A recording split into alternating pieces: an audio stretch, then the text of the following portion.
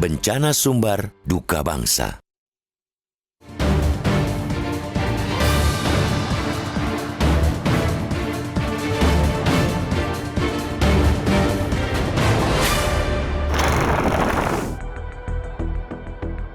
Negara harus hadir dan dirasakan kehadirannya, apalagi ketika rakyat tengah dirundung kemalangan. Negara dituntut untuk melakukan penanganan bencana dimanapun di Indonesia, sekaligus memiliki standar setara untuk semua wilayah agar publik tak curiga dan merasa didiskriminasi.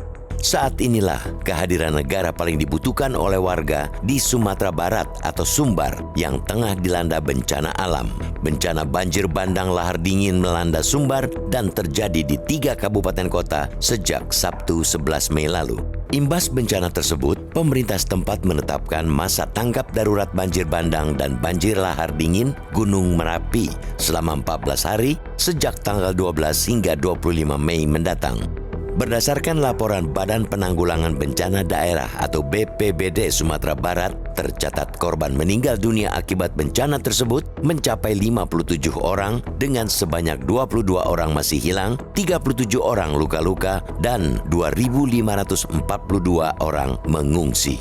Penanganan bencana akibat banjir bandang lahar dingin dan tanah longsor di Sumatera Barat terus dilakukan, tapi hanya mengandalkan pemerintah setempat jelas amat tidak mencukupi, apalagi bencana tersebut telah membuat akses-akses jalan darat tertutup antar kota dan kabupaten. Bahkan, akses jalan darat dari dan menuju sejumlah wilayah tertutup. Pemerintah daerah telah mengoordinasikan penanganan bencana banjir bandang ini di bawah koordinasi Pemprov Sumbar.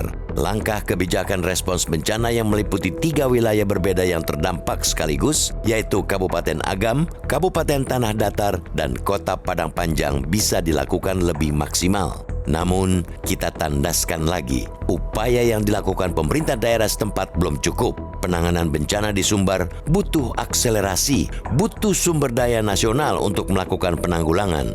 Bahkan, usulan untuk menjadikan bencana ini sebagai bencana nasional pun mengemuka. Dalam rapat paripurna DPR, legislator asal Sumbar Gus Pardi Gaus meminta pimpinan DPR untuk menyurati pemerintah pusat supaya lebih memberi perhatian pada bencana ini. Bencana di Sumbar merupakan duka bangsa Indonesia juga. Meskipun belum mendatangi lokasi bencana, Presiden Joko Widodo pun telah memerintahkan kepada perangkatnya untuk mengambil langkah-langkah proaktif agar mengoordinasikan upaya bantuan dan pemulihan bagi masyarakat terdampak. Selain dukungan dalam aspek pencarian dan pertolongan korban terdampak, pemerintah juga mengupayakan pemenuhan kebutuhan dasar para masyarakat terdampak juga dapat dipenuhi dengan baik. Presiden juga menyampaikan keinginannya untuk segera berkunjung guna melihat langsung respons yang diberikan dan memberikan dukungan kepada masyarakat terdampak. Namun, menurutnya, kunjungan tersebut masih perlu menunggu kondisi infrastruktur yang terpengaruh oleh bencana, termasuk beberapa jalan yang terdampak longsor. Bagi para tim yang sudah terjun ke lapangan, pemangku kewenangan patut angkat topi karena merekalah yang menjadi representasi kehadiran negara untuk membantu korban, termasuk juga jajaran tim evakuasi dan rehabilitasi korban Palang Merah Indonesia atau PMI yang langsung dikunjungi Ketua Umumnya Yusuf Kala. Kedepan, tentu semua pihak harus menjadikan bencana ini sebagai pelajaran penting untuk lebih waspada dalam melakukan mitigasi bencana. Perlu ada kepedulian terhadap sistem peringatan dini jika terjadi hujan deras atau lebat di kawasan puncak gunung, terutama setelah terjadi erupsi. Masyarakat perlu meningkatkan kewaspadaan dan memperhatikan segala peringatan yang disampaikan pihak berwenang. Yang tidak kalah penting, pemerintah bersama semua stakeholder harus memperbarui peta kawasan terdampak aliran banjir lahar menjadi keniscayaan untuk melakukan penataan ulang kawasan pemukiman di daerah berpotensi terdampak banjir lahar untuk menghindari dampak bencana.